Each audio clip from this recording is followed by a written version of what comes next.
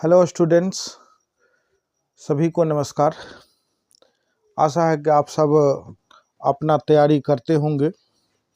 और आज हम लोग क्लास 10th का एक्सरसाइज नंबर 3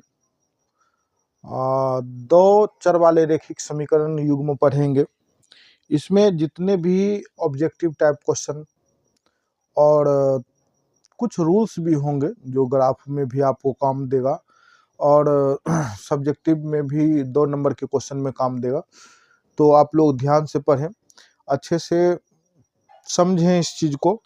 और आप लोग से एक और रिक्वेस्ट है कि आप लोग चैनल को ज़्यादा से ज़्यादा शेयर करें, और ताकि इस चैनल पर एक बहुत बड़ा फैमिली बन सके।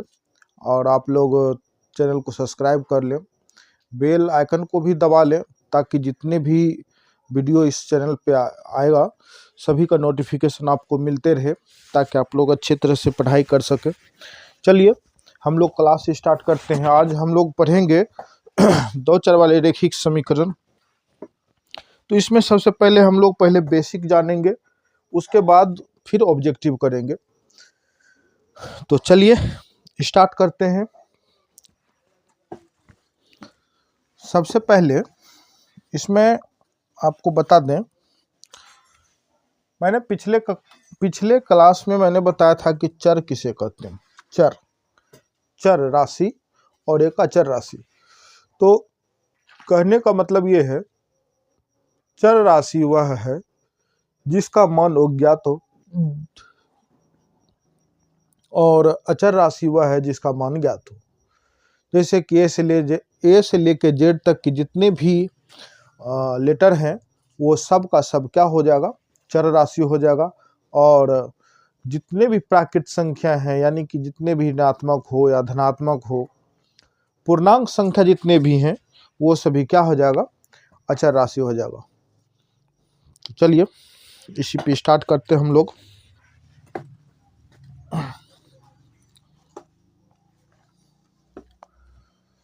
सबसे पहले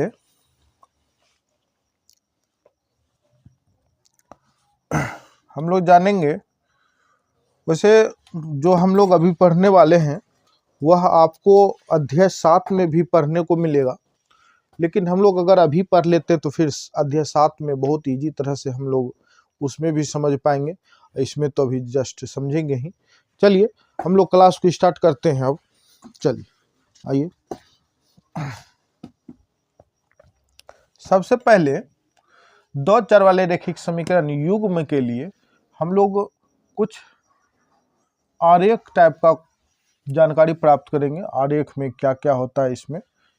तो सबसे पहले जानिए कि ये रेखा और ये रेखा, ठीक है, ये रेखा होगा। क्लियर है? ये इस रेखा को आप लोग को पता होगा, आप लोग पढ़ चुके होंगे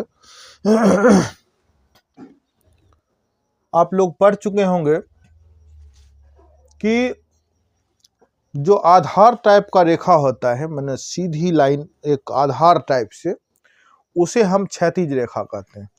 हम यहाँ पे लिख देते हैं कि क्या किसको कहते हैं। इस चीज को हम लोग सबसे पहले क्या कहते हैं, क्षैतिज रेखा कहते हैं। ठीक है, इसको क्या कहते हैं, क्षैतिज रेखा।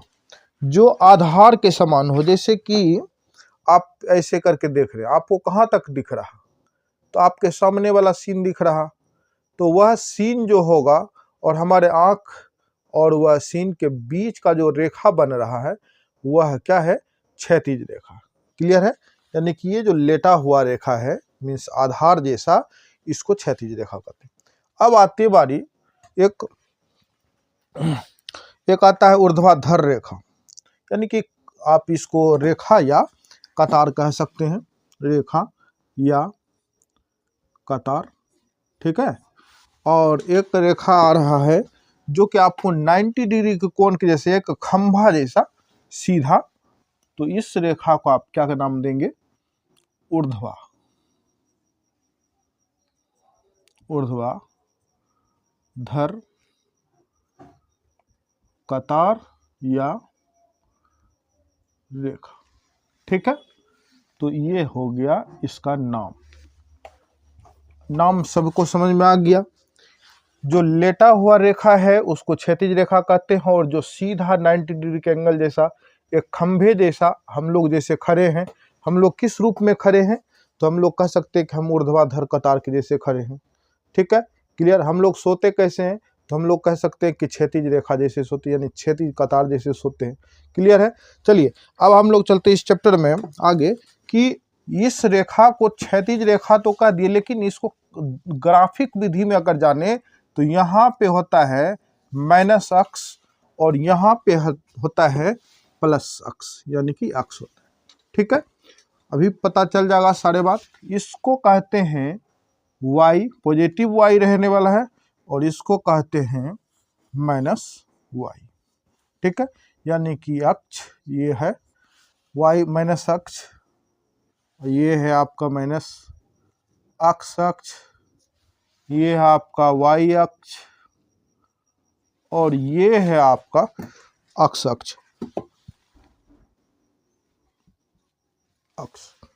क्लियर। तो यह रहा ये जो लेटा, जिसको क्षैतिज रेखा कह रहे हैं, क्षैतिज कतार, इसको कहते हैं अक्ष, और ये जो आप ऊर्ध्वाधर कतार यानी रेखा है, ये है y अक्ष। क्लियर। अब देखिए स्टार्ट कहाँ से होता है? तो स्टार्ट यहाँ से होता है।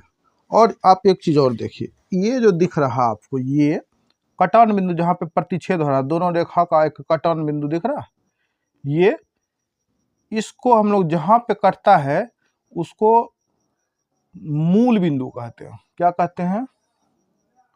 मूल बिंदु कहते हैं, इसको मूल बिंदु कहते हैं। ठीक है, ये जो है आपके जहाँ पे कट रहा, प्रतिच्छेद कर रहा, इसको मूल बिंदु। और मूल बिंदु का जो निर्देशांक होता है वह क्या होता है? 0 0 होता है। मूल बिंदु का निर्देशांक क्या होता है? 0 0 होता है। क्लियर है। आइए देखते हैं, इसको हम लोग क्या कहते हैं? ये जो है इस घर को, ये जो 4 भाग में दिख रहा आपको, तो पहला भाग ये रहा, दूसरा भाग ये है, तीसरा भाग ये, और चौथा भाग ये। तो इसमें इसको आप नाम देंगे फर्स्ट, यानी कि प्रथम चतुर्थांश,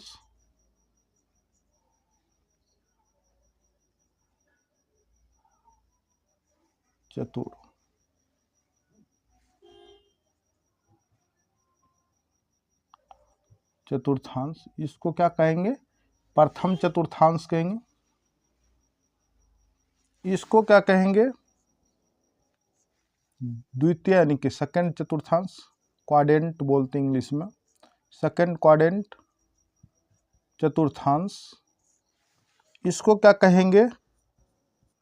थर्ड चतुर्थांश, यानी कि तृतीय चतुर्थांश।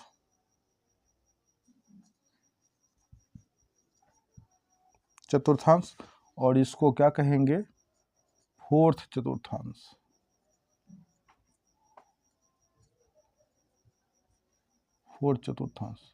क्लियर है।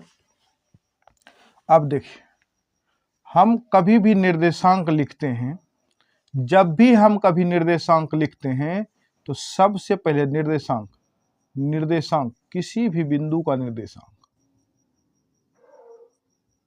किसी भी बिंदु का निर्देशांक जब लिखेंगे तो वह किस रूप में होता है?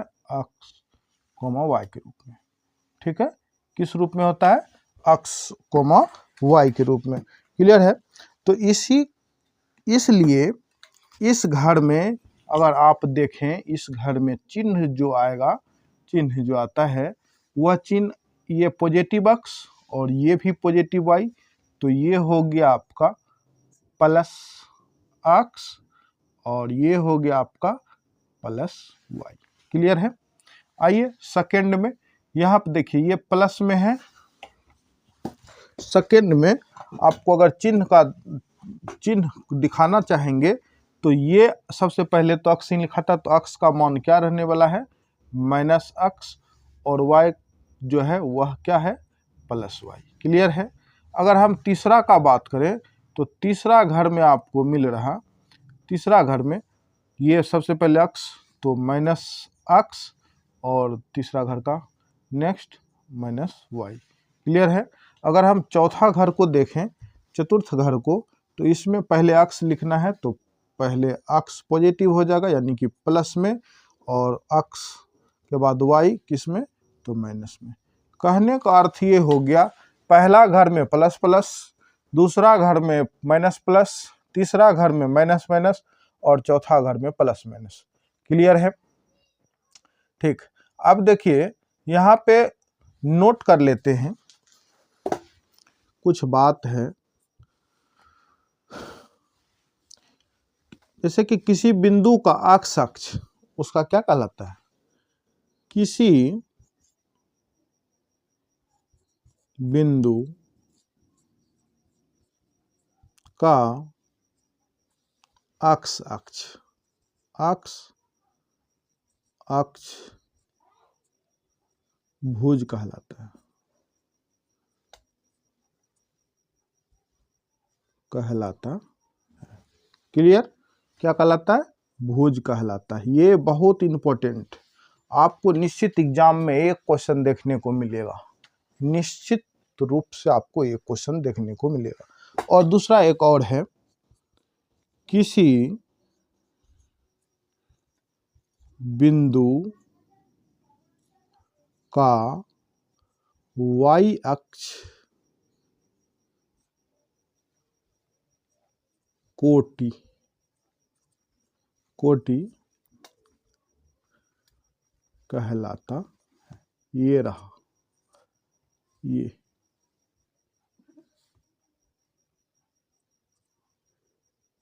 आपको हो गया, इसको क्या कहेंगे, कोटि कहेंगे। क्लियर है। याद रखिए, अक्ष अक्ष को हमेशा क्या कहते हैं, भुज कहते हैं, वाई अक्ष को क्या कहते हैं, कोटि कहते हैं। ये आपको लिख के समझा दिए हमने, बाकी इस पे हिसाब जब बनाएंगे तो आपको अपने आप समझ में आ जाएगा। किसी भी बिंदु का निर्देशांक यही है। अगर कोई बिंदु दे दे यहाँ पे, अगर अक्ष का पूछे कि ये क्या है, तो इसको आप कहेंगे भुज, और इसका बात करेगा कोई तो क्या कहेंगे, कोटि। ठीक है। क्लियर। आइए यहाँ पे देखिए दूसरा, आप लोग को इससे ज़्यादा तो इसमें पूछेगा भी नहीं, और हम आगे और इसका थ्योरम पढ़ेंगे तो आप लोग को समझ में आ गया होगा। देखिए फिर से एक बार रिपीट कर देते हैं आपको। अक्ष अक्ष को हम लोग क्षैतिज कतार या रेखा कह सकते हैं, या क्षैतिज कतार को अक्ष अक्ष कहते हैं, यहाँ से लेके यहाँ तक की, चाहे वो निगेटिव हो चाहे पॉजिटिव हो। दूसरा, वाई अक्ष को आप ऊर्ध्वाधर कतार या रेखा कहेंगे, या ऊर्ध्वाधर कतार या रेखा को आप वाई अक्ष कहेंगे, जो पॉजिटिव से निगेटिव तक होता है। अब बात आती है कि जब दोनों रेखा एक दूसरे को प्रतिच्छेद करें, जब दोनों रेखा एक दूसरे को कहीं न कहीं एक जगह पे काट दे, यानी कि प्रतिच्छेद करे, तो प्रतिच्छेद वाले बिंदु को क्या कहते हैं, मूल बिंदु कहते हैं। क्या कहते हैं, मूल बिंदु कहते हैं। और मूल बिंदु का निर्देशांक क्या होता है, मूल बिंदु का, मूल बिंदु का निर्देशांक इक्वल टू 0,0। क्यों, क्योंकि यहाँ पे क्या हो रहा है, 0 हो रहा है। आप सबको पता है कि इधर आप बढ़ेंगे तो बढ़ते क्रम में जाएंगे, यानी कि 1 2 3 इस तरह से। इधर आएंगे तो ये -1, ये -2, ये -3 इस तरह से।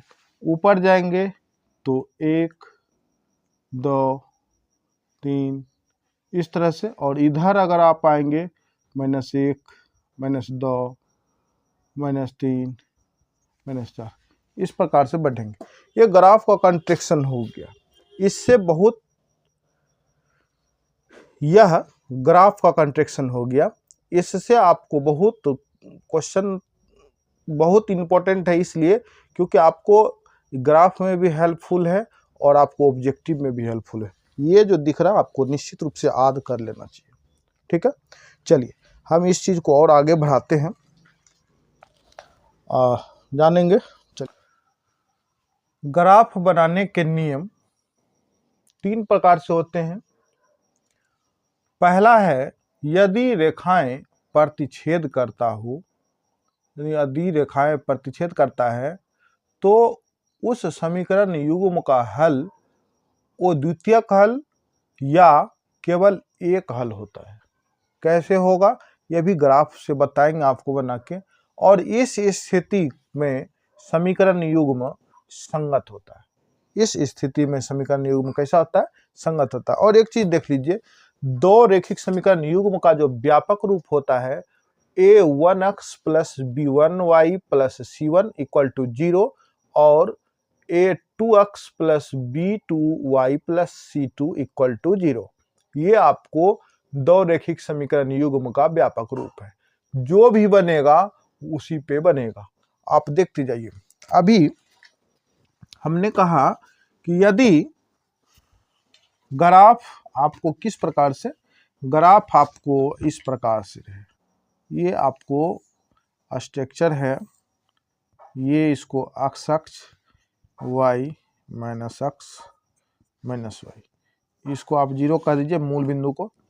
अगर इस ग्राफ में दो समीकरण से दो रेखा जो बनेगा ऐसे और ये ऐसे, यहां जो ये प्रतिच्छेद किया, प्रतिच्छेद जो किया, अक्ष y जो निर्माण हुआ, तो इस प्रतिच्छेद करने वाले समीकरण जहां इस तरह से होंगे तो उस जगह पे आप कह सकते हैं कि उसका हल केवल क्या होगा? वो द्वितीयक हल या केवल एक हल होगा। और इस स्थिति में ही, ऐसी स्थिति जब आ जाएंगे तो आप क्या कह सकते हैं? वह समीकरण युग्म क्या है? संगत है। तो इसका जो ग्राफिक्स होता है चेक करने का जो नियम है, यहाँ पे आपको ये रहा A1 B1 C1 A2 B2 C2, तो इसका जो ग्राफ बनेगा प्रतिच्छेद होने के जब बनेंगे, जैसे कि एक हल ही हो रहा है, तो इस प्रकार से होगा A1 बट्टे A2 note is equal to B1 बट्टे B2। केवल यहाँ तक ही, आगे बढ़ता तब जब यहाँ पे नोट इजकल टू नहीं लगता, बराबर होता तो बढ़ता। तो इस जब आपको ग्राफ प्रतिच्छेद करे तो उसका हल क्या होगा? केवल और केवल एक हल होगा या वो द्वितीयक हल होगा। क्लियर है? और उसका जो आरेख है वह किस तरह से बताएगा कि A1 बट्टे A2 note is equal to B1 बट्टे B2। इस स्थिति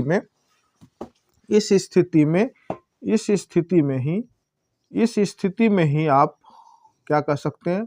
यह समीकरण युग्म क्या है? द्वितीयक हल है या केवल एक हल है। क्लियर है? इसी स्थिति में, और इसको ऐसे आरेख को क्या कहते हैं? संगत भी कहते हैं। क्लियर? कोई दिक्कत नहीं है। चलिए आगे,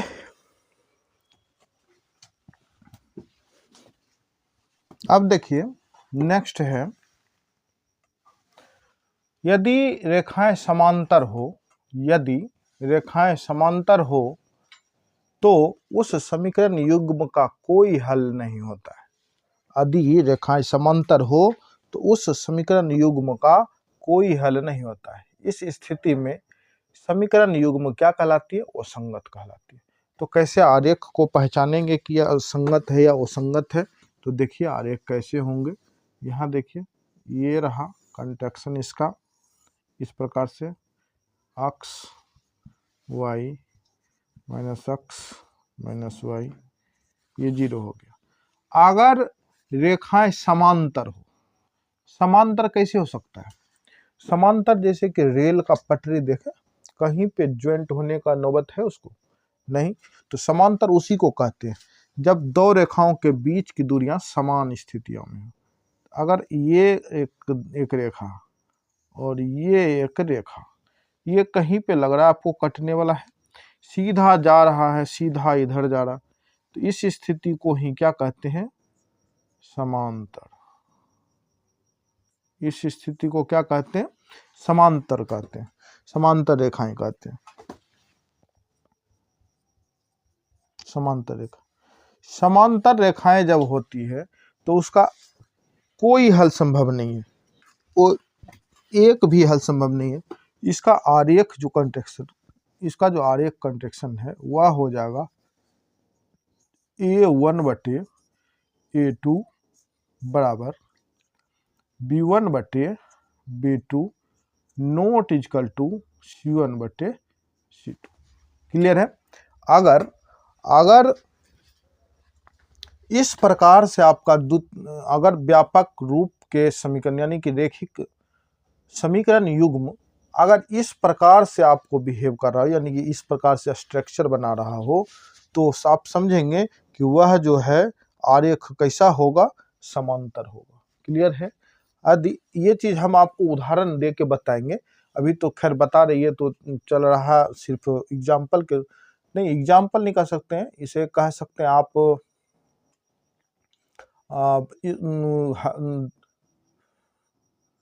इसे आप कह सकते हैं दो चर वाले रेखिक समीकरण युग्म के व्यापक रूप में संगत है कि वो संगत है, या कह सकते हैं प्रतिच्छेद हो रहा है या समांतर हो रहा कि संपाती हो रहा, यह चेक करने का यह नियम है।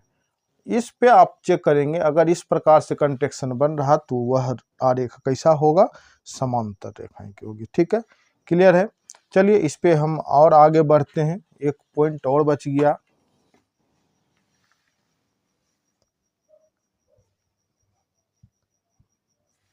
नेक्स्ट, अब आइए तीसरा नियम समझ लें। तीसरा नियम क्या कहता है? यदि रेखाएं संपाती हो, यदि रेखाएं संपाती हो तो उस समीकरण युग्म का जो हल होगा वह अनेक हल होगा या अनगिनत हल होगा, इन्फिनिटिव। इस स्थिति में जो समीकरण युग्म क्या कहलाएगी? संगत कहलाएगी। क्लियर है? इसका कंट्रैक्शन कैसे जानेंगे? यदि इस प्रकार से आपको चेक जब करेंगे तो आपको इस प्रकार से A1/A2 बराबर A1/A2 is equal to B1/B2 is equal to C1/C2 हो, तो इस प्रकार के नियम को क्या कहेंगे?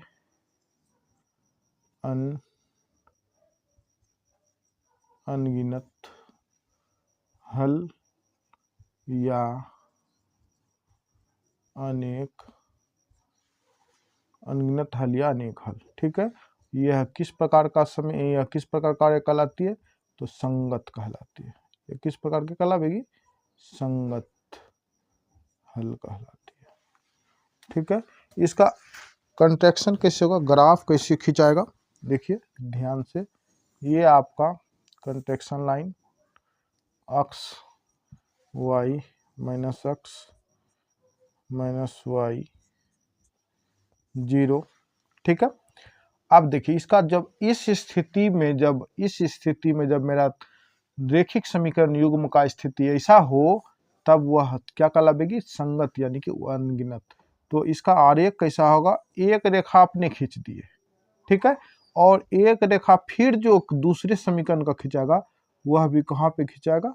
यहाँ पे ही खिंचाएगा। मैंने दोनों जो रेखाएं खिंचाएगी वो कैसे खिंचाएगी? एक ही पे खिंचाना है, ये इस प्रकार से मोटा हो जाएगा। ठीक है, ये देखिए एक ही रेखा पे दूसरा रेखा भी खिंचाएगा, मोटा हो गया। तो तो इस प्रकार को क्या कहते हैं हम लोग? समपाती कहते हैं। ठीक है, इस प्रकार कार्य को कैसे करते हैं? समपाती कहते हैं। क्लियर है? आप लोग इस चीज को रिवीजन करें, देख के वीडियो को रोक के समझें, फिर अपना आप को देखें, कोई क्वेश्चन लेके बनाने का प्रयास करें तो फिर बने। हम लोग इस चीज में इतना चीज समझ गए, अब हम लोग आगे चलेंगे, इसमें आप क्वेश्चन हल करेंगे। यही ज़्यादातर इम्पोर्टेंट था। वैसे हल करने का 3 प्रकार, 4 प्रकार, 5 प्रकार से हम दो रैखिक समीकरण युग्म को हल कर सकते हैं। वो एक होता है आपको विलोपन विधि हल, एक हो रहा है आपको प्रतिस्थापन विधि हल, दूसरा हो जाएगा आपको वर्ज गुणनखंड विधि हल, वर्ज गुणज विधि हल, और चौथा अगर कहें तो आपको आरेख विधि हल हो जाएगा। और भी आपके एनसीईआरटी बुक में है, लेकिन वो सब पढ़ना जरूरी नहीं है। इतना जितना हमने बताया अभी 4 प्रकार से पढ़ना जरूरी है आपके बुक से। तो इनमें हम लोग अब इतना पढ़ने के बाद अब ऑब्जेक्टिव कुछ देखेंगे। तो चलिए देखते हैं। अब आइए हम लोग क्वेश्चन देखते हैं अध्याय 3 का। जितने भी वीवीआई क्वेश्चन होंगे सबको देखेंगे। पहला क्वेश्चन है, अक्ष अक्ष को क्या कहते हैं? हमने जस्ट कुछ देर पहले हमने पढ़ा अक्ष अक्ष को क्या कहते हैं। तो अक्ष अक्ष को क्या कहते हैं? भुज कहते हैं। अक्ष अक्ष को क्या कहते हैं? तो भुज कहते हैं। ये आपका ऑप्शन नंबर 2 क्लियर है। अक्ष अक्ष को क्या कहते हैं? भुज कहते हैं।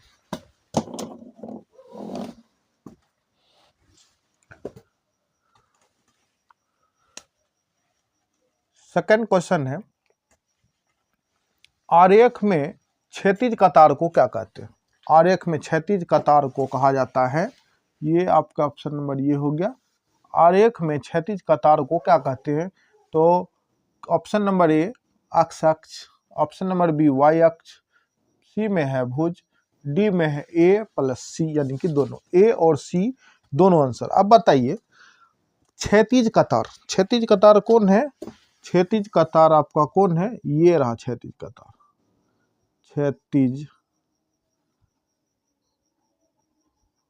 क्षैतिज कतार ये रहा।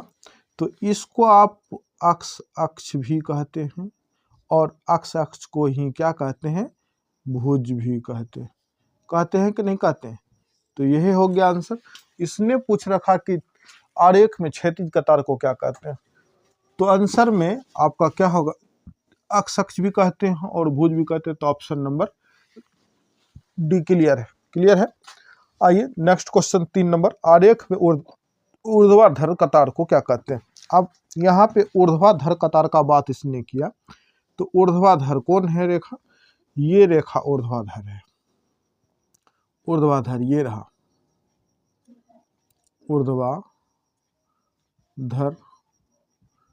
ऊर्ध्वाधर कतार ये है। अगर ऊर्ध्वाधर कतार ये है तो इसी को तो हम वाई अक्ष कहते हैं और इसी को क्या कहते हैं? कोटि भी कहते हैं। इसी को कोटि भी कहते हैं। तो देखिए ऊर्ध्वाधर कतार को क्या कहते हैं? वाई अक्ष कहते हैं और क्या कहते हैं? कोटि कहते हैं। यहाँ पे इसको बी बना लीजिए, सी। क्लियर है। तो बी और सी इसका करेक्ट आंसर है, यानी कि इसका ऑप्शन जो सही है वो है डी नंबर ऑप्शन सही है। क्लियर है। चलिए नेक्स्ट क्वेश्चन आइए। कहता है कि रैखिक समीकरण में अक्ष इक्वल टू 5 का आरेख कैसा होगा? रैखिक समीकरण में अगर अक्ष बराबर 5 है तो उसका आरेख कैसा होगा? चलिए देखिए, यहाँ पे देखते हैं। ये आपका है y, ये आपका है अक्ष। मान लीजिए ये मूल बिंदु है, यहाँ पे आपका क्या है? 5 स्थित है। ठीक है। अगर इसका आरेख आप देखेंगे, अगर आप इसका आरेख देखेंगे तो यहाँ पे बिंदु है, तो आरेख किस प्रकार से होगा? ऐसे ही नहीं चलेगा, ऐसा ही चलेगा, ऐसा करके चलेगा। आरेख जो होगा सीधी लाइन खिंचाएगा। अब बताइए ऑप्शन में क्या कह रखा है इसने? ऑप्शन में कहता है अक्ष अक्ष के समांतर। क्या यह इसको कहते हैं अक्ष अक्ष? इसके समांतर यह रेखा है? नहीं। ये समांतर किसके है? समांतर ऐसे होता है, किसके समांतर है? यह इसके क्या है? समांतर है। समांतर है। किसके समांतर? तो वाई अक्ष के समांतर। तो इसका आंसर क्या हो जाएगा, बी नंबर ऑप्शन हो जाएगा। रेखिक समीकरण में x इजिकल टू 5 का आरेख कैसा होगा, तो y के समांतर होगा। क्लियर है। चलिए नेक्स्ट क्वेश्चन, रेखिक समीकरण में y इक्वल टू 4, अब की बार y बराबर 4 दे दिया तो इसका क्या होगा, जस्ट इसके अपोजिट हो जाना चाहिए। इसका आंसर कैसे होगा, y बराबर 4 है, x बराबर 5 था तो y अक्ष के समांतर हो गया, और y बराबर 4 है तो यह किसके समांतर हो जाएगा, अक्ष के समांतर हो जाएगा। देख भी लेते हैं थोड़ा सा कैसे हो जाएगा समांतर, आइए देख लीजिए। ये रहा, मान लीजिए यहाँ पे आपका क्या है, 4 है, ठीक है। अगर रेखा जो खींचा जाएगा वह किस प्रकार से खींचा जाएगा, ऐसे करके खींचा जाएगा, तो यह रेखा किसके समांतर हो गए, किसका समांतर है, अक्ष के ही ना, इसलिए ऑप्शन नंबर बी अक्ष के समांतर। क्लियर है, कोई दिक्कत नहीं है। ठीक, आगे आइए नेक्स्ट क्वेश्चन 6 नंबर में कहता है बिंदु 5,4 किस चतुर्थांश में, 5,4 किस चतुर्थांश में। देखिए चतुर्थांश कैसे होगा, यहाँ देखिए ये रहा कंटेक्स्ट, इसको प्रथम कहते इसका चिन्ह क्या आता है, प्लस प्लस, इसको सेकंड कहते इसका चिन्ह होता है माइनस प्लस, इसको थर्ड कहते हैं इसका चिन्ह होता है माइनस माइनस, और इसको फोर्थ कहते हैं इसका चिन्ह होता है प्लस माइनस। क्लियर है, आप पता चलेगा यहाँ से, देख लीजिए प्लस प्लस लिखा है, प्लस प्लस में ना सिर्फ प्लस प्लस। देखिए 5 क्या है, प्लस में है, 4 क्या है, प्लस में है, सिर्फ प्लस प्लस देख लीजिए, कुछ नहीं, बस पढ़ना सिर्फ है, यहाँ पे प्लस यहाँ पे प्लस, प्लस प्लस का मतलब किस घर में, प्रथम, तो इसका आंसर नंबर फर्स्ट नंबर हो जाएगा, ए नंबर। क्लियर है। सेकंड 7 नंबर क्वेश्चन कहता है -7 और 4, -7,4 किस चतुर्थांश में, माइनस और ये 4 किस में, प्लस में, ये किस घर में है, माइनस और प्लस सेकंड में, तो इसका option number B second number answer. Clear है। अब आता बारे बिंदु -3 -2 किस चतुर्थांश में, माइनस माइनस, ये माइनस और ये माइनस, माइनस माइनस कहाँ पे है, 3 नंबर में, तो ये आपके ऑप्शन नंबर सी सही है। क्लियर, कोई दिक्कत तो नहीं है। फिर नंबर 4 यानी कि 9 नंबर क्वेश्चन में कह रहा कि +6 और -4 किस चतुर्थांश में, प्लस माइनस किस घर में, चौथा में, तो ये आपका ऑप्शन नंबर डी क्लियर है। क्लियर है, कोई दिक्कत तो नहीं है। नेक्स्ट क्वेश्चन कहता है मूल बिंदु का निर्देशांक होता है, मूल बिंदु का निर्देशांक बताए थे, मूल बिंदु किसे कहते हैं, जहां पे दोनों रेखा एक दूसरे को क्या करती है, प्रतिच्छेद करती है, उसे हम क्या कहते हैं, मूल बिंदु कहते हैं, क्या कहते हैं, मूल बिंदु कहते हैं। और इसका निर्देशांक ये कट गया यहाँ से, तो इसका भी x के लिए 0 और y के लिए भी 0, तो इसका निर्देशांक, मूल बिंदु का निर्देशांक क्या कहलावेगा, x बराबर क्या हो गया 0 और y बराबर भी क्या हो गया 0, तो 0 0 कौन घर में, सी नंबर ऑप्शन। क्लियर है, क्लियर है। चलिए आगे नेक्स्ट क्वेश्चन 11 नंबर कहता है यदि आरेख समांतर हो, यदि आरेख समांतर हो तो कितना हल होगा। हमने बताया था कि यदि आरेख समांतर हो तो उसका कोई हल नहीं होता है। यदि आरेख किस प्रकार का हो, समांतर हो, आरेख कैसा होना चाहिए, आरेख जब समांतर, कैसा होता है समांतर, इस प्रकार से होता है समांतर। अगर ऐसा आरेख हो जहाँ पे कहीं पे प्रतिच्छेद न करे तो वह किस प्रकार का हल होता है, तो इसको हम क्या कहते हैं, इसमें कोई भी हल नहीं होता। तो ऑप्शन नंबर कौन है, कोई हल नहीं, तो ऑप्शन नंबर, यदि आरेख समांतर होगा तो उसका कोई हल नहीं होगा। क्लियर है। आइए कहता है कि x + 6y = 15, जहां y बराबर 2 है तो x बराबर क्या होगा।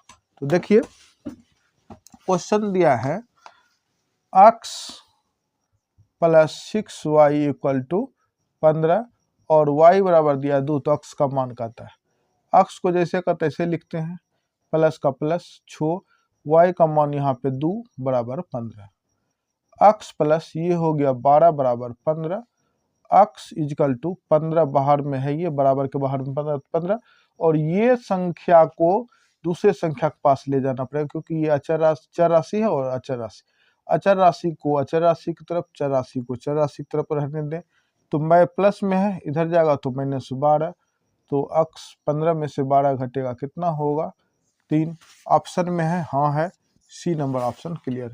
क्लियर है, 12 नंबर का आंसर क्या हो गया, सी नंबर ऑप्शन हो गया 3।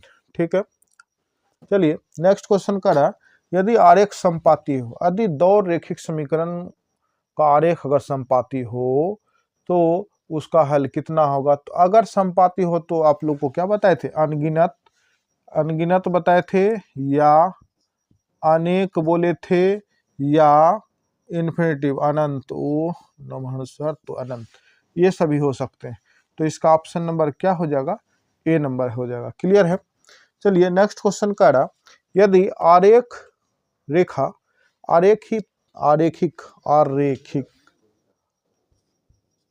आरेखिक रेखा एक दूसरे को प्रतिच्छेद करता हो तो उसका हल कैसा होगा। तो उसका हल कैसा होगा, या तो 1 होगा, यदि आरेखिक रेखा एक दूसरे को प्रतिच्छेद करता हो तो उसका हल कैसा होता है, उद्युतक होता है, अनेक हल होता है। अनेक हल तो होगा नहीं, कोई हल नहीं होगा, 2 हल होगा नहीं, केवल 1 हल होता है। केवल एक हल को क्या बोलते हैं, केवल एक हल को क्या कहते हैं, अद्वितीयक हल कहते हैं, इसलिए ऑप्शन नंबर ए सही है। क्लियर है, अब आता बारी एक क्वेश्चन और है, 4x - 2y बराबर 16। 4x 2y बराबर 16, 4x - 2y इक्वल टू 16, और x का वैल्यू दिया है 5, तो कहता y का मान ज्ञात करिए। तो यहाँ पे 4 गुना 5 - 2y बराबर 16, ये दोनों हो गया 20 - 2y इक्वल टू 16, -2y बराबर 16। इसको उधर ले जाइए, यहाँ पे नहीं कुछ तो प्लस चिन्ह, उधर जाएगा तो 20 घटेगा, -2y इक्वल टू 16 में से 20 नहीं घटेगा, अगर घटाते हैं तो -4 बचता है, ये माइनस क्लियर, दुक्का से 4 दुबारी में, तो यानी कि y बराबर क्या हो गया आपको 2 हो गया। ऑप्शन है कोई 2, हाँ है, तो ये रहा आपका ऑप्शन नंबर 2 सेकंड क्लियर। ठीक है, हम लोग आज 15 तक ही रहने देते हैं, हम लोग आज यहीं तक रहने देते हैं। इसका नेक्स्ट भाग कल आपको देखने को मिलेगा, जिसमें कि सभी कांस्टेंट क्लियर किए जाएंगे जितने भी बच रहे हैं, और आप लोग इस चैनल पे ज़्यादा से ज़्यादा जुड़ें और शेयर करें, ताकि अच्छे से और सभी स्टूडेंट को लाभ मिल सके। चलिए कल हम लोग मिलते हैं, धन्यवाद।